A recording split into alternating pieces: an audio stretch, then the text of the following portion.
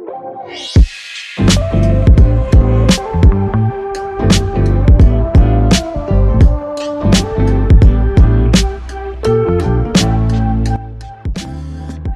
everyone. Welcome to the Soul Podcasting Podcast. I am so excited today to talk about speaking and all the awesome things we're going to share today with our guest, Marianne Hickman. She's an international speaker, a speaker trainer, and a personal mentor who's graced over 2,000 stages worldwide. She's not just a speaker, though. She's a powerhouse in helping industry experts monetize their message and turn their speaking into a profitable business. And so she's going to share how she's done that, the tools she's used, some of the things that she's done to build this incredible business. Welcome, Marianne. Thank you so much for having me, Demetria. I when we were in the green room, the digital green room, I was just like digging your energy. This is going to be a fun conversation. Yay! I'm excited. Well, okay, so I need to start with your story because that is going to be the groundwork for the rest of this interview and our conversation. So I know that based on your bio, you went from being a single mom on food stamps to speaking to over 2,400 stages in 17 countries. So I think that's pretty powerful. I want to hear how in the world did that happen? Oh gosh, there's no one answer, right? But you know what's crazy is I have just noticed recently. So the rise of influencership, meaning the personal brand, is reaching a fever pitch right now, right? Like everyone is realizing that if they want to build something that they can put their name on, that they should put their name on it. You know, Instagram and TikTok, they've never existed to this level to where it's now like you can start your personal brand if you stay consistent. Exactly. It's just going to happen. But what I'm noticing is, as I have lots of friends in this industry, way more followers on their accounts than mine. I have friends with 3 million followers, millions of followers, all this kind of thing. What I'm noticing is that they are such experts at engagement on camera, right? They can generate the followers. People love them for good reason. Fantastic entertainment, fantastic personalities. But there's this behind the scenes struggle that, you know, we hardly ever talk about on camera. One, because it won't serve the audience, right? It won't serve the audience to talk about that struggle until you've resolved it. But it's the silent struggle of what I used to say is the entrepreneur, but now the influencer, is we're producing content and we're producing content like crazy. Yeah. And there's a missing piece.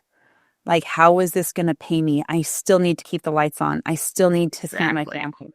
Right? There's so many of them and of us that are online and we're producing. And there's this silent struggle when we press stop on the record button that says, okay, well, where's the money coming from? Right. And that's a real issue. Yeah. And I went through that too. I get it. And I don't even know if money ebbs and flows. It has peaks and valleys. And I don't think I'm done having my peaks and valleys. I don't know of anyone that is.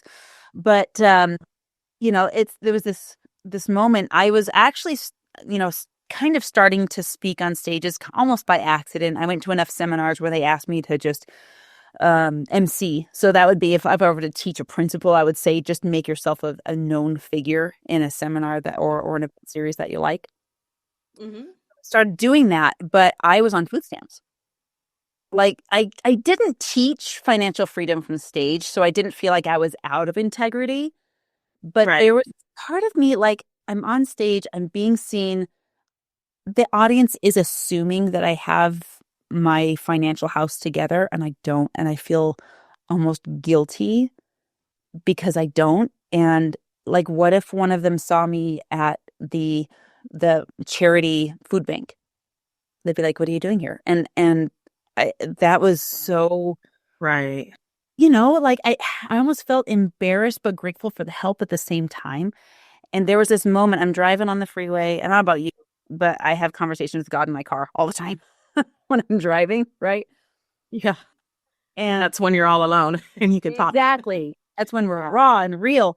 And I just sat next to God and I was like, okay, so I've been doing all these motivational seminars. I've been teaching all this stuff. I'm going to practice this. And I'm like, God, what if we just pretended that I had arrived at that level? Not like enlightenment, but at least the level I wanted to be at, where if I opened the app of my bank on my phone, I would see 50 grand in the bank account. What would that be like? what would that feel like? And so I pretended, I just visualized it as driving there, and I started to cry. And I was like, this feeling of I did it just washed over me, even though none of the circumstance had come to match it. None of my environment reflected it yet. But this of let's just try this on. What would I do if I had that? What would I be doing? And when I started doing those behaviors of what would I be doing if I had already arrived anyway, and I didn't have to worry about it, the desperation in my presentations went away. The not as good as feeling when I was comparing myself to all these other people, that started to go away. And it took practice, of course, and time. And then the results followed. It matched because I made room, energy wise. I don't know how woo woo we get here, but go for it.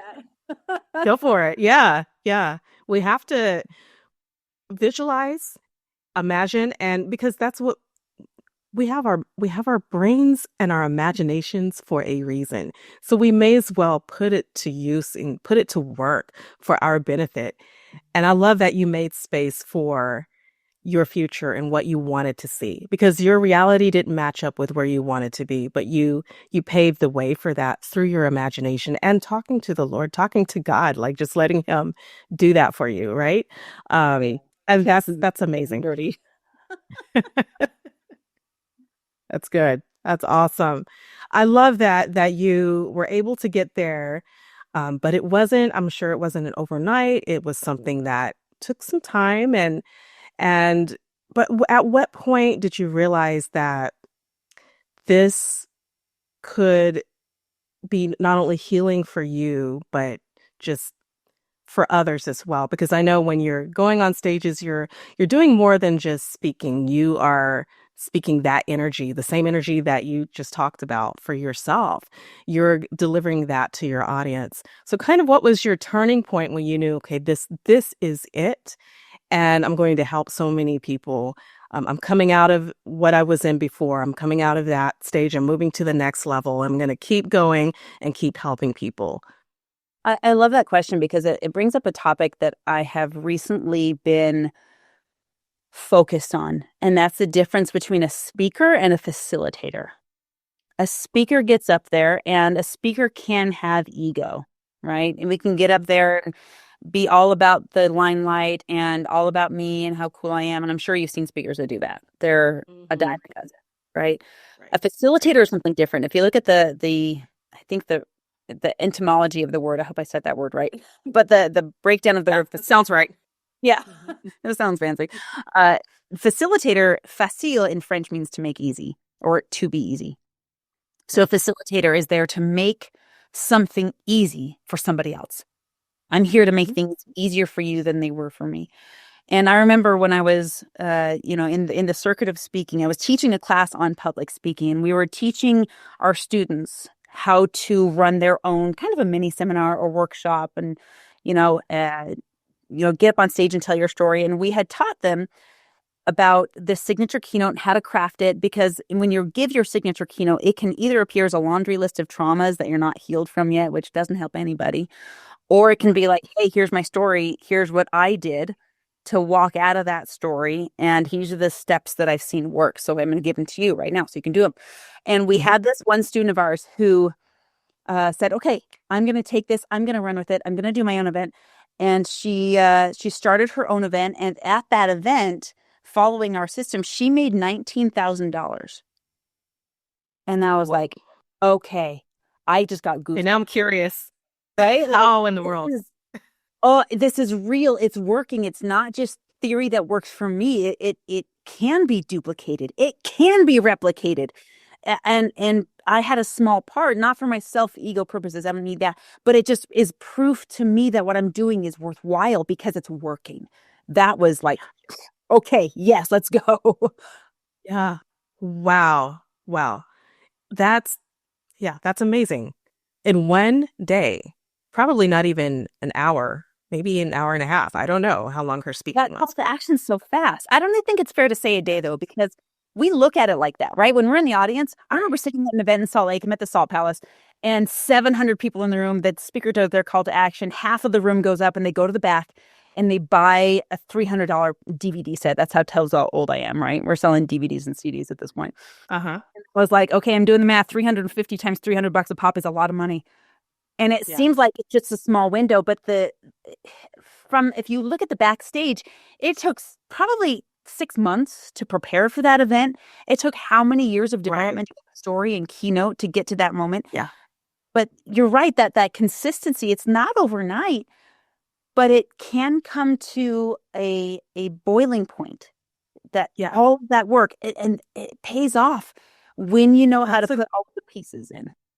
Exactly. That's a really good way to put it. It comes to a boiling point. So it just makes me think of how long it takes to lay the groundwork and the foundation, and how we as speakers, podcasters, coaches, authors, whatever we're doing, we need to lay that groundwork and be consistent and faithful with the work that's set before us, because that day will come when we'll be able to show up in a bigger way on a bigger stage, right? But for some of us who are starting off with our podcast, and maybe it's our first week podcasting, how can you share like a little bit about that synergy between transformational speaking on a stage, right, versus a podcast? Is there a little bit of some similarity between the two of those, and how our mindset should be when going from one to the other, or starting with podcasting and moving into speaking? Oh, definitely. So a podcast is a form of a stage. This is why I love podcasting so much, because it gets exposure that's evergreen. You know, when you do an event or you do a webinar, right? Like that's a timed event. Even when you post on Instagram, that has a lifespan of maybe 72 hours. 6 weeks if it goes mega viral, right? But when you podcast, now you're part of an SEO. You can be the answer of a search engine, especially if the podcast is on YouTube or whatever. There's ways to find the episode long after it's been recorded, which is some of the brilliance of it. Now, that's one of the benefits of doing podcasting. Now, when it comes to like keynote speaking versus podcasting, we'll just omit the podcasts that are a keynote speaking style. So some of them do that. But when we're keynote speaking, both of them are one to many, right? It's you and me, and then everyone that's listening, it's one to many or two to many. But keynote speaking is you've got a structure. I put a 10-step structure in of telling the story, walking through the content of how you got out of your story into your success, sharing that with the audience with actionable steps. And you're on your own for like 20, 30 minutes or more with your keynote. Right.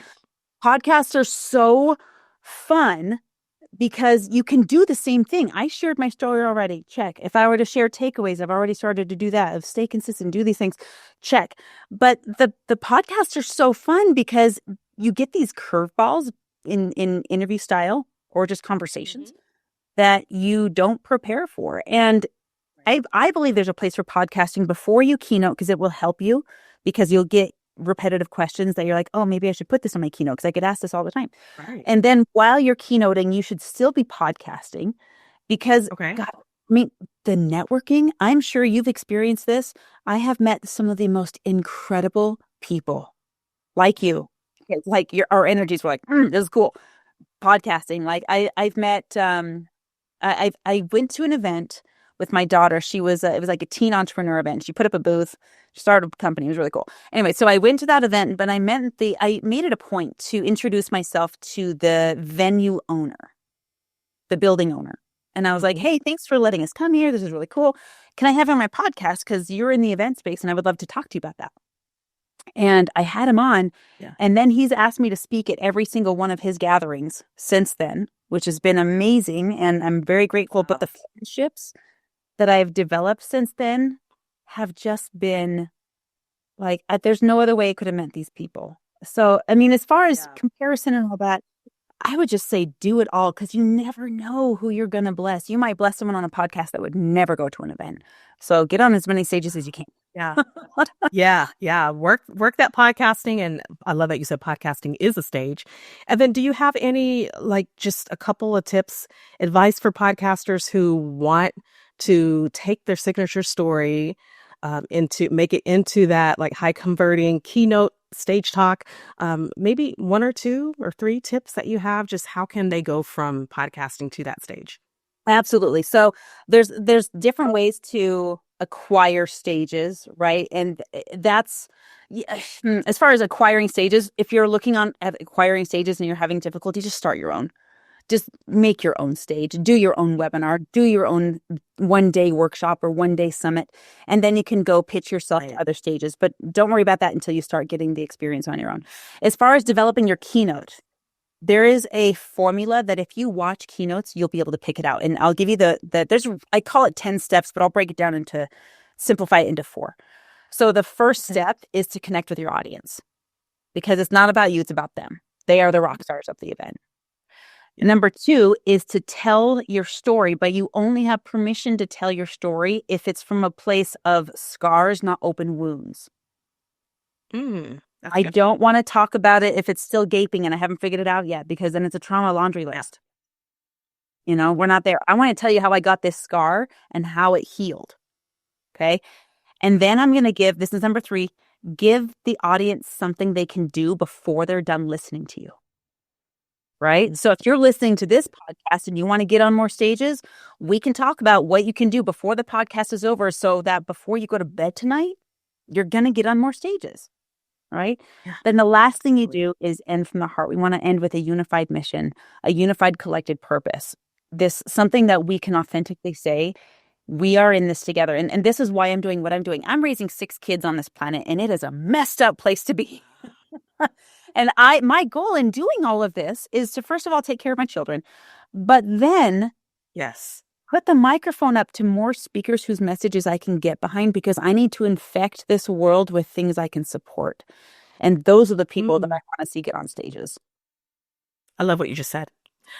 I want to infect this world with things that I support. That's powerful. I love everything you just said. Your tips are really practical, things that we can apply right away as we listen to this podcast. And once we're done listening, let's put this into action. I am so happy that you have shared that with us and have just shared a bit of your world with us too. It's really encouraging too, inspiring to see how you have just gone from point A to point further along than B. At this point, you're way down there. So you really accomplished a lot. You've accomplished a lot. And it's just like watching you do what you do is encouraging the rest of us that we can also do the same. So I want you to share, help us figure out how we can get to where you are and walk alongside you as well. So you help people book stages and get paid to speak. So how can our audience connect with you to figure out how to do this? Okay, so we can reach you. This is that point where I'm like, give something actionable. This is it. So I've collected, over the past 5 years, I've collected a list of over 1,000 podcasts, and you can keyword search it by topic. And I just give that away because those are easy stages to get on. You create networking opportunities. So I have a database. If you go to mariannehickman.com/database or database, however you say it, you can download that for free. I just need to give you access through your email. Then once I have your email, we can chat about, if that solves it for you, go for it. Take it and run, right? If we want to work more closely together, we can explore that. I'm not for everybody. I don't pretend to be. But if I can help someone I can support in that way, take it and run. If we want to work together to get booked on more podcasts or more stages, or take that keynote, you got on stage, you delivered your keynote, it was a dud, and you're like, okay, now I'm ready for feedback. That's the fun part. That's what we do. But go get the database. Go get the database and run with it and get on shows. Just spend 20 minutes each day applying to shows and start getting booked. Sounds simple enough. Sounds easy. I'm sure we have to follow through though and do the work. And I love that. Sure. So how can we reach you? What is your website? Yeah, so you can go to mariannehickman.com and check out. I mean, that's like looking at my billboard. But if you want to just chat with me, I can give my phone number, 801-509-5495. You can just send me a text, ask me a question. If yours is a message I can get behind, then we'll work together. And again, I'm not for everybody. If you're out there to destroy families or destroy marriages or promote your OnlyFans, I'm not interested. Like, I will not help those people. Go find somebody else. Yeah. But if you're to support families and good causes and missions to save lives, I'm your girl. Yeah. Wow, Marianne, that's awesome. So you guys have her number, you have her website, you can reach her. There's no excuse. If you want to find out more about how to do this type of work with speaking and reaching the world with your message. So Marianne, thank you so much for joining me today on this episode. Thanks for having me.